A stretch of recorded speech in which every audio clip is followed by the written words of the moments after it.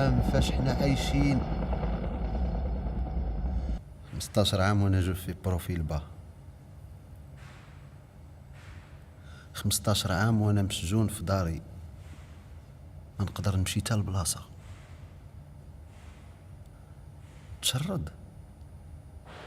اوه ما بقيتش لقيت باش نلاقي الشهر. Non, mais je connaissais pas le cinéaste, donc je suis venu parce que je l'accompagnais. Et enfin, j'ai beaucoup apprécié le film.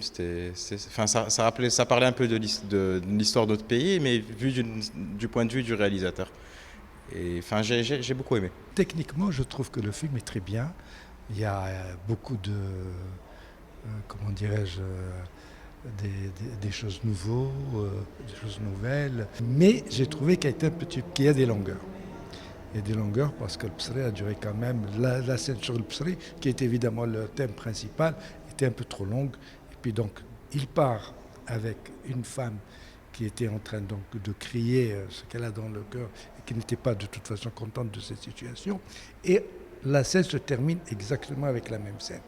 C'est-à-dire en fait, entre 1980, dont il parle, et 2015, aujourd'hui, pour lui, il n'y a pas un grain de développement. Or, bah oui, mais moi je pense qu'il aurait quand même pu ouvrir un espoir. Le film est intéressant, un peu. Il y a un côté trash. C'est aussi une façon.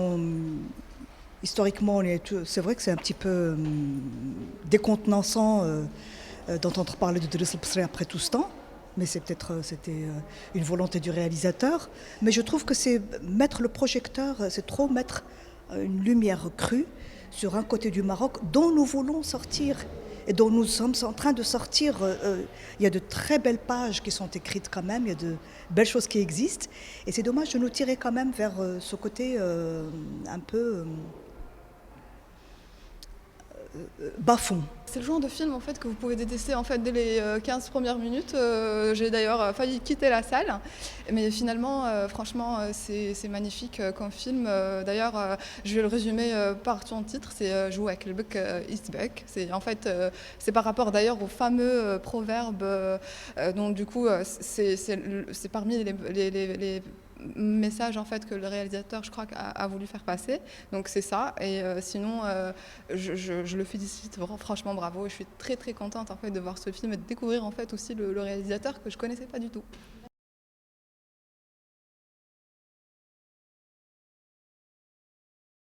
Boycotter, c'est un gros mot en fait. Moi, ce qui m'intéresse, c'est de projeter. En fait, on pense toujours que le problème du cinéma au Maroc, c'est qu'on a besoin d'écran. Moi, je pense qu'on a besoin d'écran, c'est-à-dire quelque chose qui protège l'objet, qui lui donne de la valeur, qui le sublime, etc. Malheureusement, dans les salles, la plupart des temps, les conditions sont assez lamentables. Même dans les meilleures salles, il y a toujours un truc qui cloche. Généralement, le son. J'ai pas envie de me retrouver à passer mon film dans une salle qui n'est pas bien équipée et les conditions de projection sont pas terribles. Du coup, en fait, mon travail s'en retrouve en fait, s'en ressent. C'est-à-dire la qualité baisse, etc. Et j'ai pas envie de passer pour un gentil arabe qui essaie de faire un film. J'ai envie de faire un film avec des parties pré-esthétiques assez violents, très durs. Parfois à 2 diaphes, en fait, on perd la lumière. Donc du coup, si je le passe dans la mauvaise salle, et on a des expériences comme ça.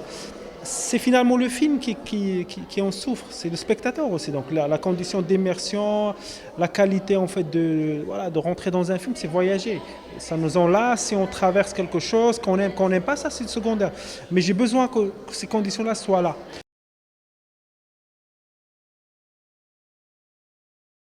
Non, en fait, là, il faut savoir beaucoup de fois, en fait, il faut espérer toujours un seuil au-dessus duquel, en fait, on peut plus exister.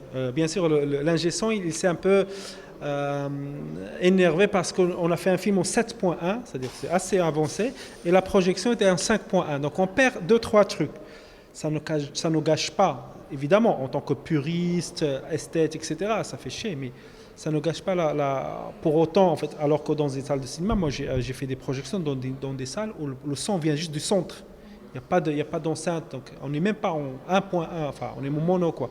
Donc voilà, donc après il faut relativiser, c'est-à-dire il faut que l'expérience soit la plus intense possible, la plus touchante, la plus intéressante. Il faut donner la chance, quand on lit un livre, on lit tous les mots. On ne lit pas une phrase sur deux. Sinon, ça ne marche pas. On ne peut pas comprendre l'histoire. Ou alors, ce n'est pas une bonne lecture. On lit en diagonale et tout ça. Pour moi, ça équivaut à ça, en fait. Quand j'ai parlé de ne pas passer mes films dans les salles, on va voir le prochain. C'est aussi pour protéger, en fait, mon travail. Et aussi, c'est une question de dignité. Moi, je préfère ne pas passer le film dans la dernière salle de Megarama.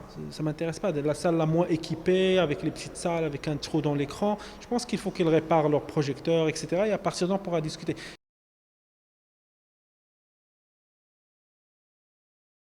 Les 20% qui ont vu le film ici vont en parler.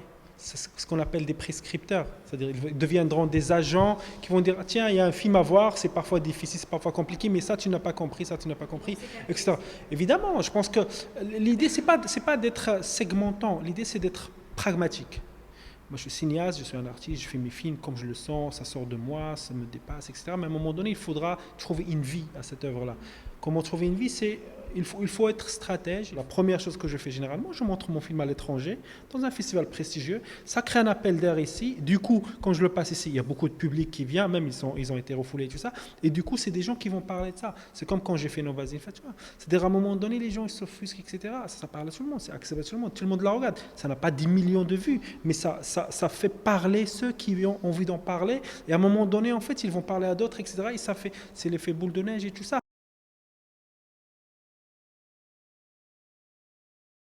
Je pense qu'il est accueilli comme ici, en fait. C'est-à-dire qu'il y a beaucoup de gens qui ont une sorte de rejet, qui sortent de la salle parce qu'ils sont violentés par des images, par des associations, par le corps qui exulte.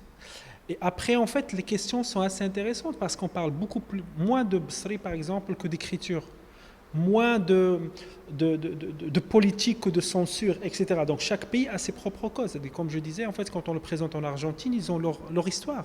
Donc ils essaient de trouver des équivalences dans leur contexte. En Algérie, etc. Le film a été présenté vraiment dans beaucoup de pays, dans beaucoup de langues, etc. Mais on a toujours les mêmes réactions. Il y a des gens qui trouvent trop violent. À partir du moment où le personnage il crache, etc., c'est trop pour eux. C'est au-delà de ce qu'ils peuvent supporter. C'est comme une phobie, on déclenche en fait. Je trouve ça assez incroyable de pouvoir dégoûter les gens juste par des images.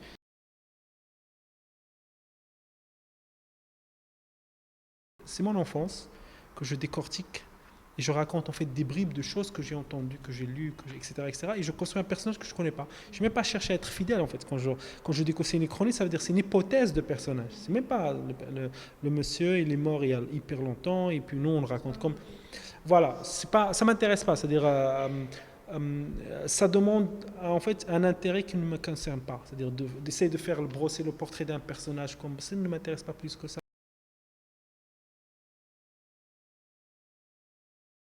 Moi, ce qui me fascine, c'est plus Hassan II. Donc, tout ce qu'il y a autour me fascine. C'est une sorte de mythologie de mon enfance. Donc, pour moi, c'est équivalent de Star Wars. Donc, ils sont en train de ressortir les Star Wars. Pour moi, j'ai toujours une fascination chaque fois que je vois une image de Hassan II.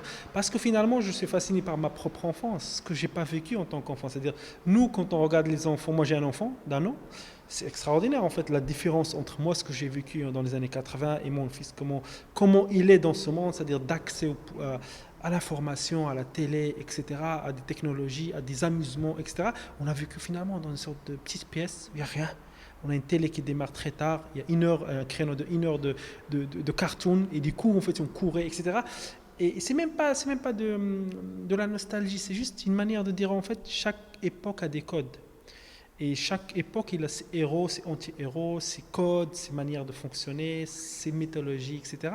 Moi, ce qui m'a toujours intéressé, c'est comment parler du Maroc, sans être dans la négation, sans être dans la politique finalement. Le cinéma, c'est de la politique, mais sans être dans le premier degré de on est pour, on est contre, mais de dire ok, on va poser un regard humain, parfois neutre, parfois féroce, parfois violent, parfois un peu de rejet sur une société, et voir comment ça marche. C'est presque de l'expérimentation sociale. C'est vraiment ça qui m'intéresse en fait.